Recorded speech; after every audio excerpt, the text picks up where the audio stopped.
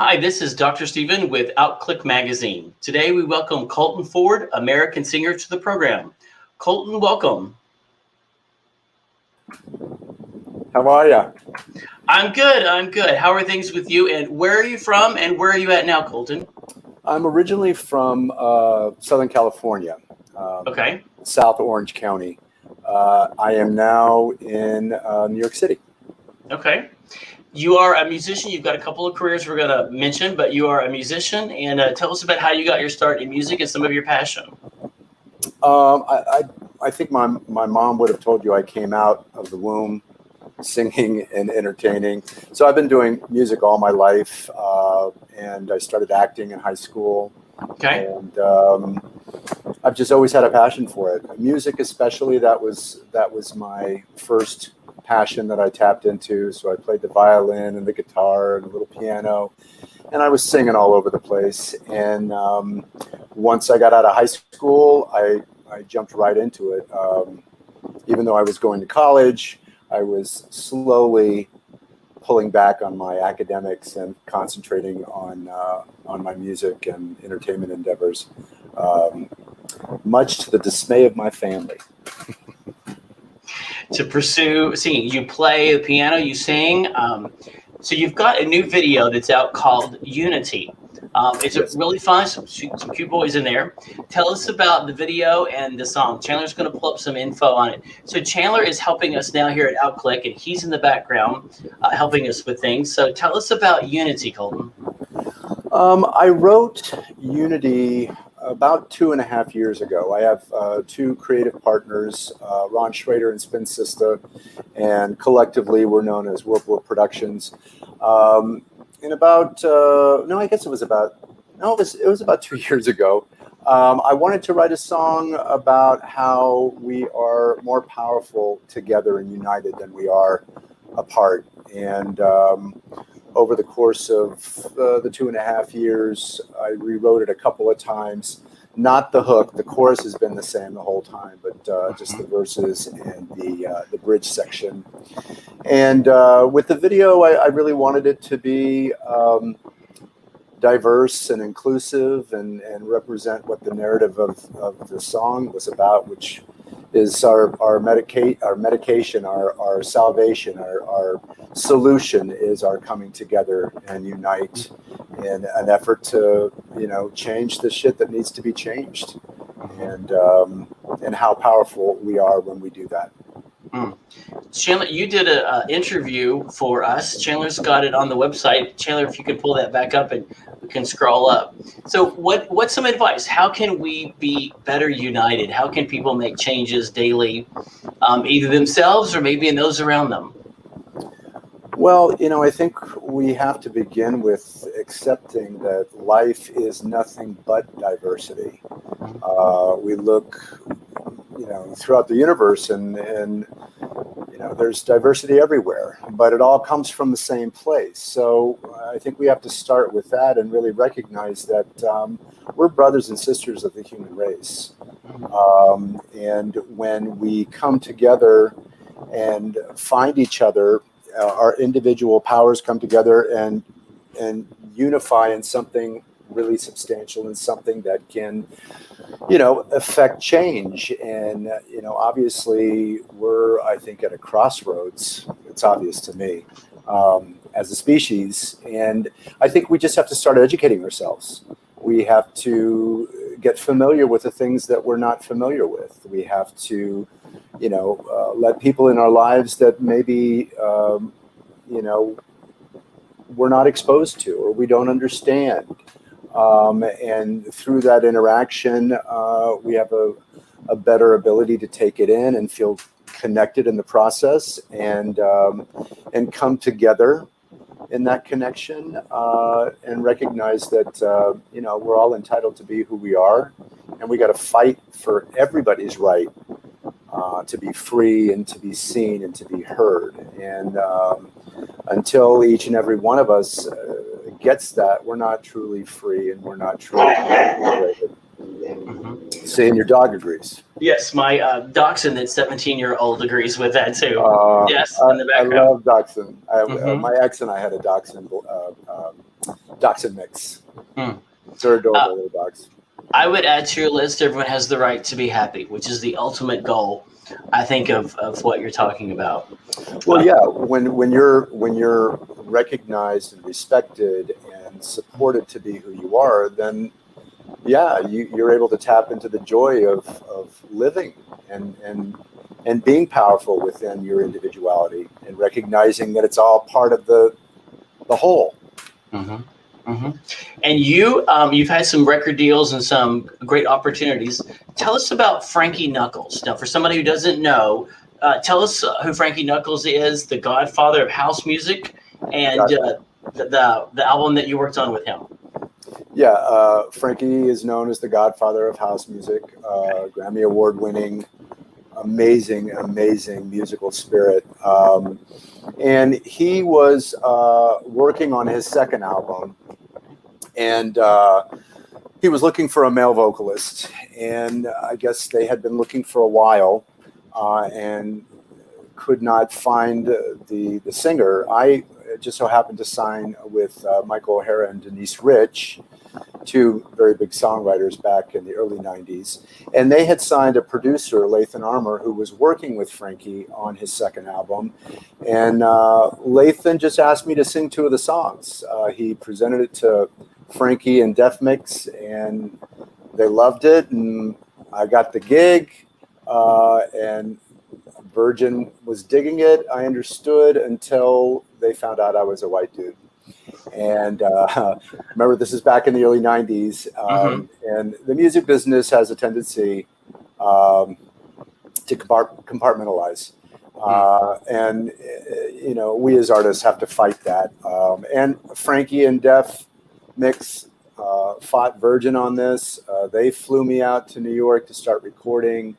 The head of A&R flew out to New York to dissuade Frankie. They were battling it out, and Frankie just had me get up to the mic and start singing, and the A&R person got it and greenlit everything and optioned me for my first record. And I think we were about 3 months into it, and everything just came to a screeching halt, and ultimately they wanted a black female voice for the album. And as much as Frankie and Def Mix fought it, obviously it was not going to be something that would be supported. So I was replaced with a diva for that album. And then 4 years later, John Brown, who was the gentleman who originally signed Frankie to Virgin Records, got me another deal with Virgin for their R&B division. And unfortunately,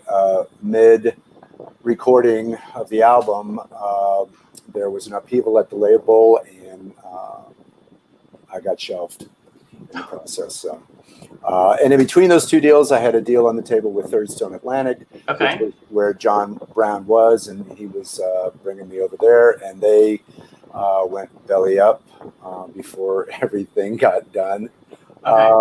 So that was my 90s, decade-long experience with those two labels. All right. Did you work with Cyndi Lauper? Is that correct? I did. My manager at the time and her manager had been friends and working together for 20 years. They brought me into Cindy's Into the Nightlife video, and I got featured in that. And then Cyndi and her manager, Lisa, invited me to be a part of the True Colors tour. So I performed at about 3 or 4 different venues in that tour in 2008, which was awesome. Super fun. Cyndi is a great gay icon and is loved, and that True Colors, you hear that playing still today. So it must be an amazing experience. It was amazing, and she's awesome.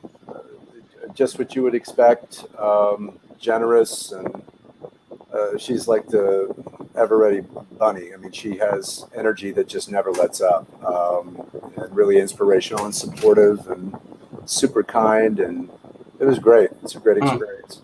Yeah. And even doing pharmaceutical ads these days. Kudos to her. I know. Absolutely. You've had a lot of good acting opportunities.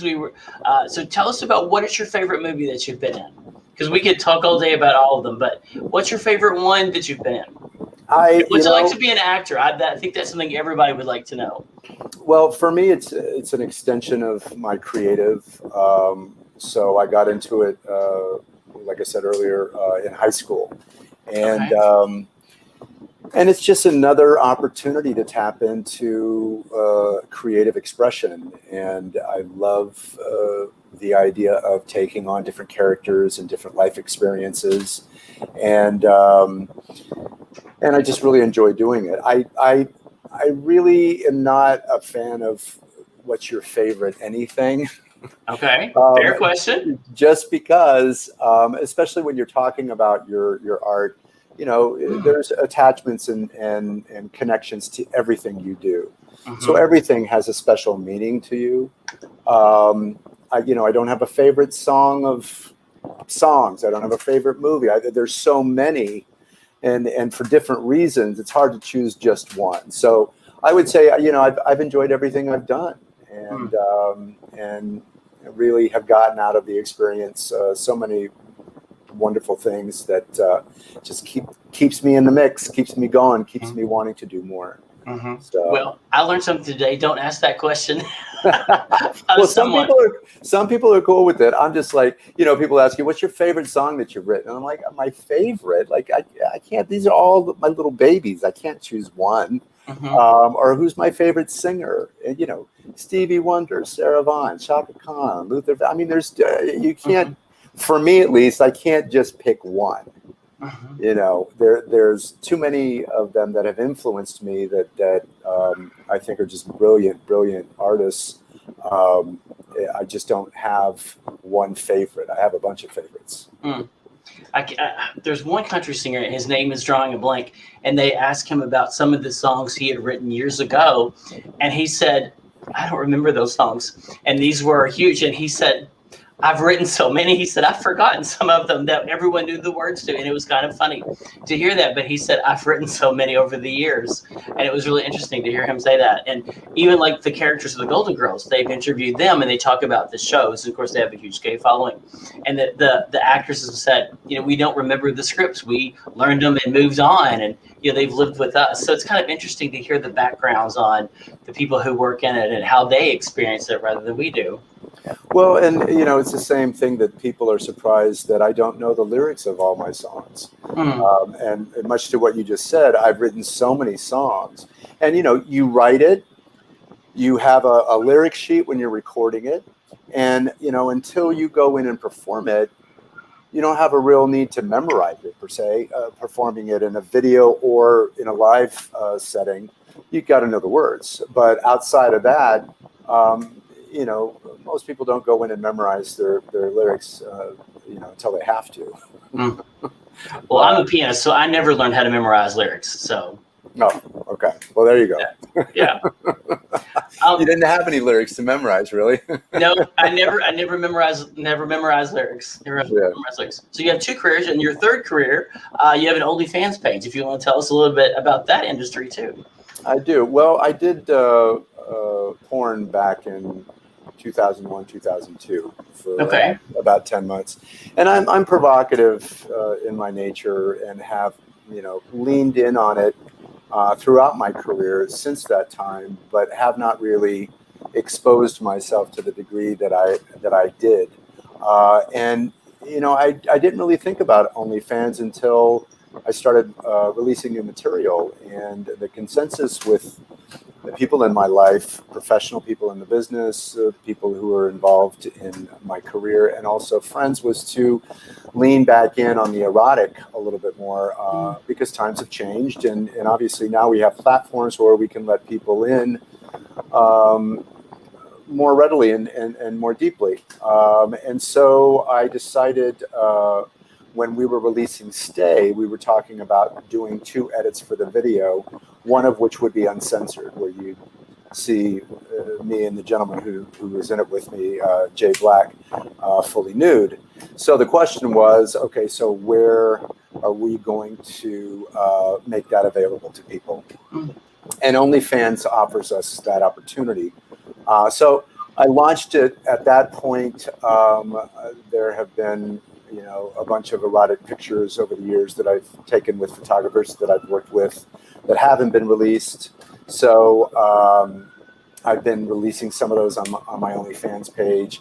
I've also done some erotic videos, mostly jack-off stuff, but I've put some of my unreleased material, me and my partner's unreleased material under those videos and did creative edits with it. So I'm trying to, lean into the erotic, but not the same way I did before, but do it more creatively and artistically, and take advantage of the full scope of my brand. And certainly, the interest and demand is out there. So, why not? And I think the other thing that spoke to me were people who have been with me throughout and who have been asking for it, and encouraging me on, especially being 58, almost 59, to go out and represent and let people know that you don't have to stop pursuing your dreams or being provocative or erotic or sexual just because you're in your 50s or your 60s. I mean, it's a different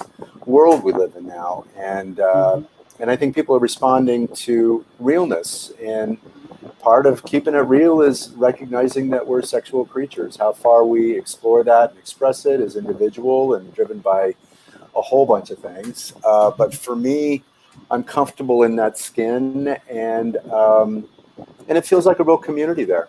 It's actually been really cool. Maybe we all have the secret desire, or to feel that comfortable and to have that level of security and what's the word when you feel good about yourself? I'm drawing the blank. When you self-esteem. Self-esteem. We all have that level to be able to do that. Well, and I also think it's about giving yourself permission. And one of the ways that I have driven my life in terms of making choices is considering whether or not I would regret not doing something I'm looking at doing, or experiencing something that I'm looking to experience at the end of my life. Would I regret it if I didn't have that experience? And if the answer comes back that, yeah, I would regret it, I'd look back and wonder what if, then that speaks to me to give myself permission to have that experience. And I think it also plays into the work I've done, just being a proponent of therapy for so long. I've been in therapy off and on since I was 30. So I'm not really concerned about judgment. And I think that lends itself to me being able to give myself permission. I think a lot of people don't live the life that they want to live out of fear of judgment or abandonment or ridicule or hatred.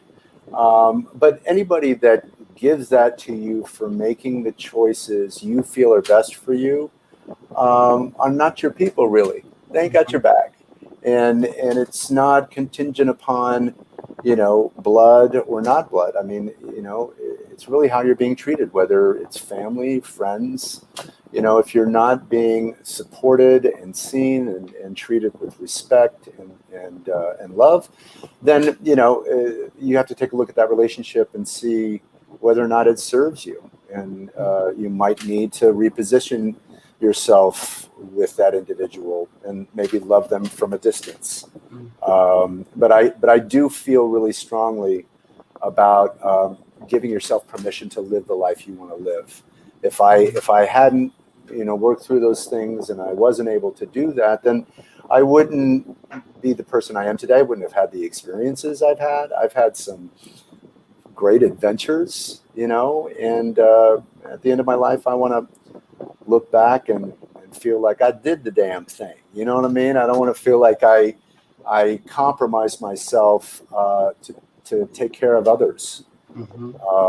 So I think it's a powerful thing, and I think we all want to be naughty. We all want to be porn stars. We all want to be a little crazy and have some sexual adventures. But there's a lot that's put upon that, morality, religion, all these things that I think really take us out of the moment and take us out of what it really is and should be, which is something to be embraced and explored. You used some powerful words earlier: judgment, fear, abandonment. Those are some very powerful words. And if we let people use that against us, it keeps us from a lot of things that we would like to do, and a lot of joy and happiness, which is the opposite of just that. And that's a great message to give to our listeners and our viewers. Well, thank you. I really believe very strongly that we're here to figure things out and find ourselves in the process. Hopefully, I mean, a lot of people choose not to because of all these things, and fear is a motherfucker. Fear will take you out. And we all have to deal with fear. It pops up even when you do the work. You got to deal with the fear voice that comes in and tries to take things away. It's not a situation where you get to a place and you're like, okay, I'm done. I don't have to do any more work. No, life is a continuum of challenges and obstacles and things that we have to face and address and overcome. So, I feel we've got to be frosty and stay, conscious around all of these things, so that as we're, plotting our way through all of the things that, happen upon us in our journey, along our journey, we're doing it in the moment, and we're doing it with eyes wide open. And I will add to that, caring less and less about what everybody else thinks. I've heard people say that, and it's a natural progression, and it's a wonderful feeling to care less and less about what everybody else thinks. And as a result, you get to do what you want to do, and it's a lot more fun. It's liberating, and I'm very. I don't know if you've read the book, The Four Agreements, but I'm very for agreements about this. So what it says is basically, people who are talking shit about you are revealing more about how they feel about themselves than how they feel about you. And especially when you're talking about online haters, people who don't know you, who are coming for you, that's not about you. You can hate on me. I can be singing a cappella, and people will say, he can't sing. He should go back to sucking cocks. And, well, I've never stopped. Firstly, but secondly, I can sing my ass off. That's always been my thing. So you can't take that shit away from me just by, spewing some bullshit online. So it's liberating. It's powerful. And if you're not able to tap into it, I strongly suggest finding a great therapist and going in there and checking your shit out. We spend a lot of time, on our exterior, going to the gym, buying clothes, makeup, all this kind of good stuff. We should spend equal time, if not more, on what's going on inside, so that, when things change on the exterior, we're solid on the inside, and yeah, it's a liberating thing, and it's a beautiful thing. And I wish that for everybody. And I think, the gay community, LGBTQ community, especially struggles with that, because we're told, that, we're blasphemous, we're against God, we're a mistake, and the fact of the matter is, I'm grateful to be gay. I'm happy to be. I wouldn't want to be straight. I want to be gay. I went to a concert recently, a couple of weeks ago down here, and it was a trans pianist. And she sat down and played and told her story. And at the end, her story was amazing. And at the end, the person who was putting on the show said, God does not discriminate when he gives out talent. And I thought that was such a powerful statement, because she could play like amazing the things that she could play. Well, and that's just it. We're more than just one component. We're more than just one thing. And I'm so happy to be seeing what we're seeing as it relates to the trans community, because we deal and process our homosexuality, as we move through life, and it comes with its challenges, obviously, and hopefully we find our way to that liberation that we're talking about, that self-love. But to be born in a body that you feel is not the right body, and then to take action to be able to realize what you feel is your right body, that's the bravest thing ever. Like, why in our community, in the LGBT community, aren't we 150% behind each and every one of us?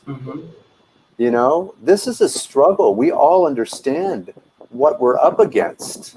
I can't tell you how many people have come up to me at gigs and have told me, when they saw my documentary Naked Fame and saw my parents, both of whom were very accepting of me, not only in terms of my homosexuality, but also like, hey mom, hey dad, I did porn.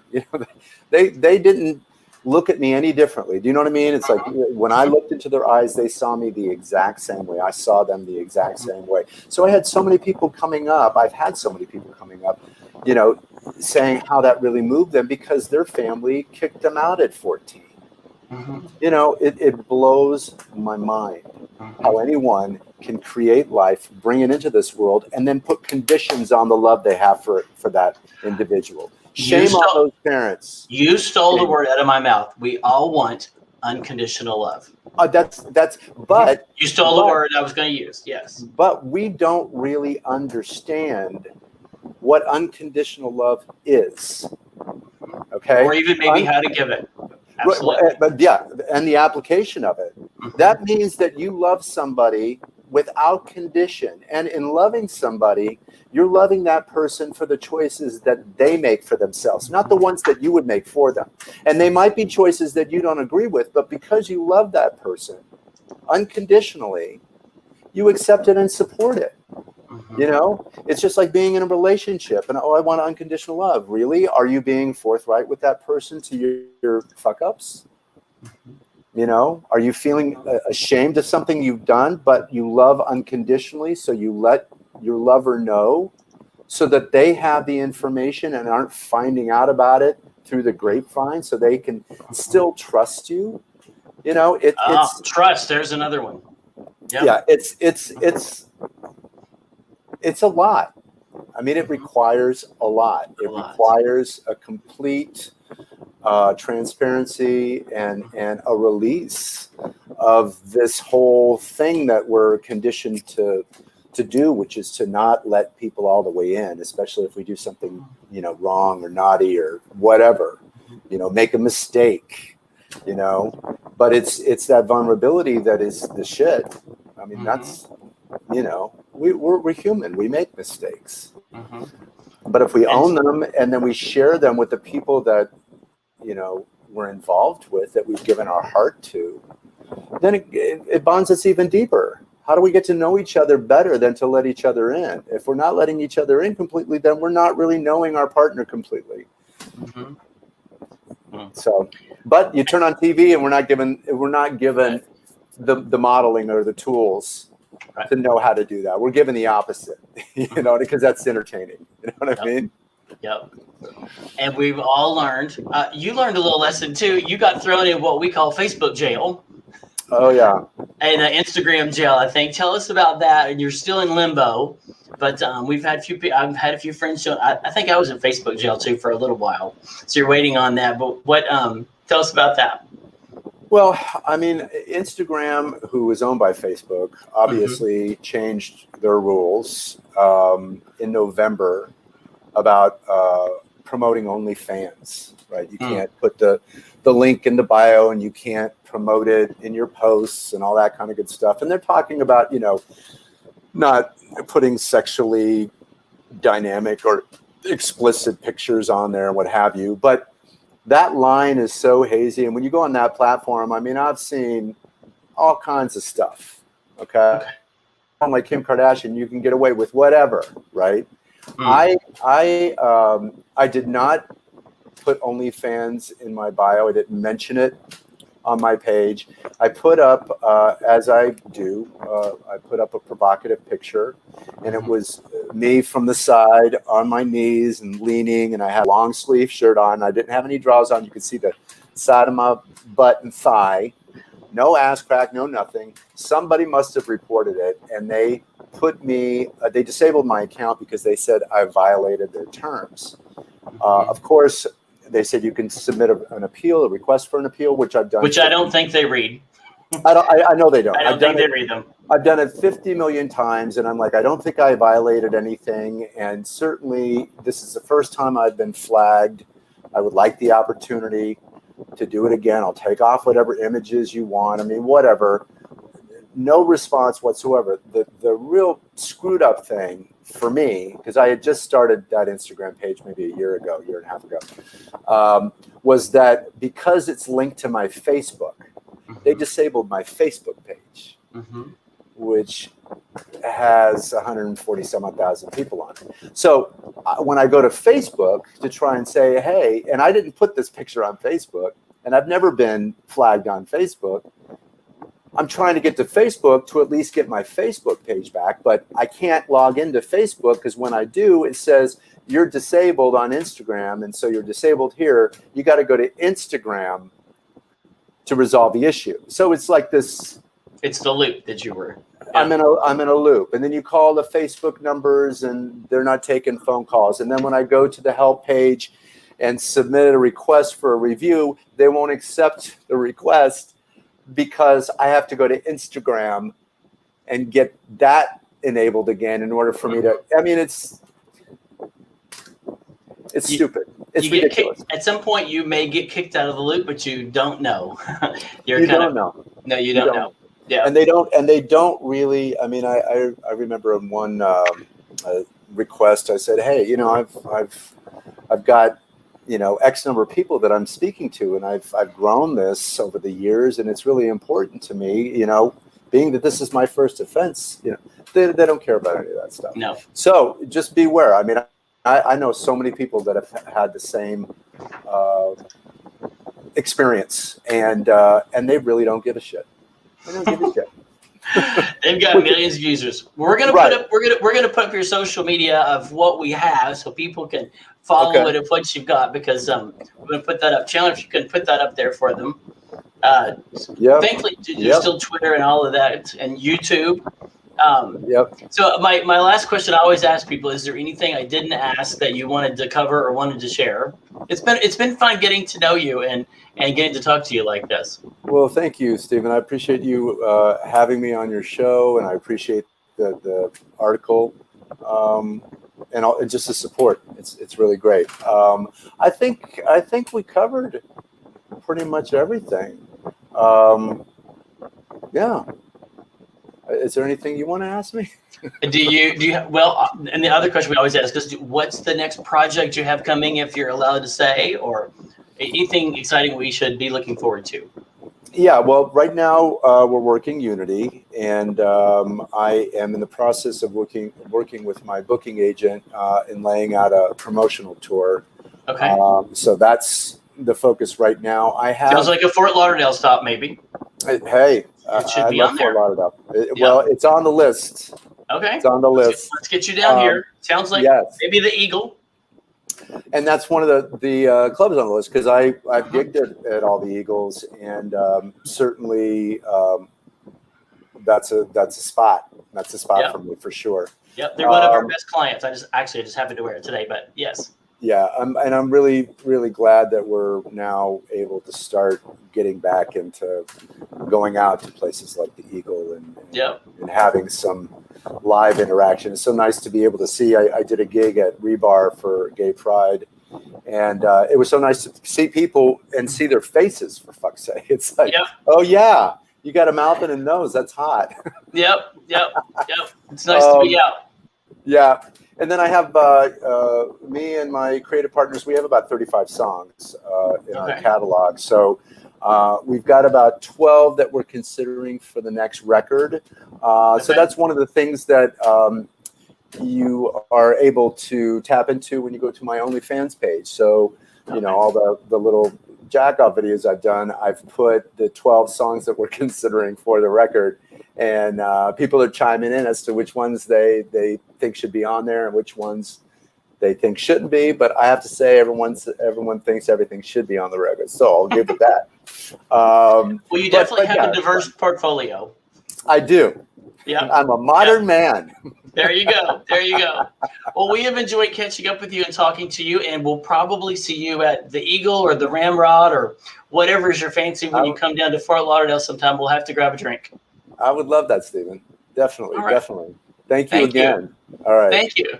Okay. It's been a lot of fun. If Chandler, if you want to put up our website, which is outclique.com, OUTCLIQUE, weirdspelling.com. And if you want to jump on our email list, you can text Chandler if you want to pull that one up, 228-28-OCQ, and you can get on our email list. Well, Colton, we look forward to seeing you down here or where you go next or another interview. And what's coming up, thankfully, for 2021 and all the horrible stuff of 2020 is over. So knock on something. It's going to be with this fucking Delta variant. It's like, it's going to be a great year. Yeah, yeah. We're thinking positive. Yep. All right, everyone. Stay safe and have a great 2021. Thanks. See ya. Thanks.